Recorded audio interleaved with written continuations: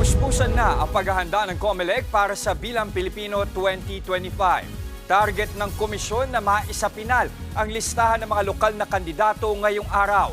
Nasa frontline ng balitang yan, si Dave Abuel.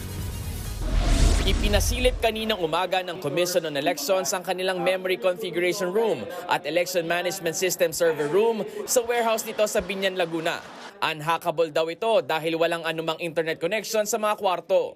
Nasa loob nito ang mga computer at server na maglalaman ng higit 1,600 ballot face templates para sa 2025 national, local at Bangsamoro parliamentary elections. Magiging basehan ang mga ito sa pag-imprinta ng higit kumulang 70 milyon na balota na may halos 42,000 na mga pangalan ng kandidato. Ayon sa COMELEC, pinal na ang listahan ng mga kandidato sa pagkasenador at party list.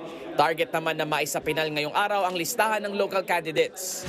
Pagkatapos po ni Law Department within the day, tapusin lahat, na-check na babalik po nila dito yan sa ating ITD group.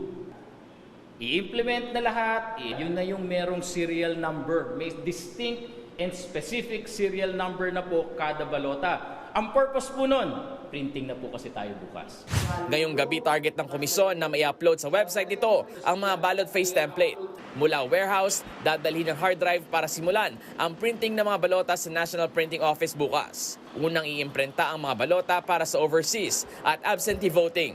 Kung may reklamo naman o hiling na pagbabago sa mga pangalan sa ballot face templates, They have to write to the Commission and Bank. Kaya lang po kasi pag nasimulan na po namin ang pag-iimprenta, wala na po tayong magagawa dyan. Kaya nga po, napakahaba nung period mula nung in-upload yung tentative list para po i-check na nila yung mga pangalan nila.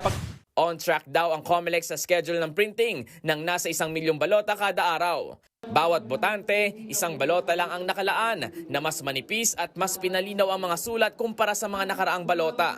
Payo ng COMELEC sa mga botante kapag available na ang mga ballot face template sa website, aralin agad ang listahan para mas makapili ng mabuti ng ibobotong kandidato. Nagbabalita mula sa Frontline, Dave Abuel, News 5. Mga kapatid, Andre Felix po. Iba na ang may alam at may pakialam sa panahon ngayon. Para sa tuloy-tuloy na balitaan sa Frontline kahit weekend, mag-follow at subscribe sa social media pages ng News 5.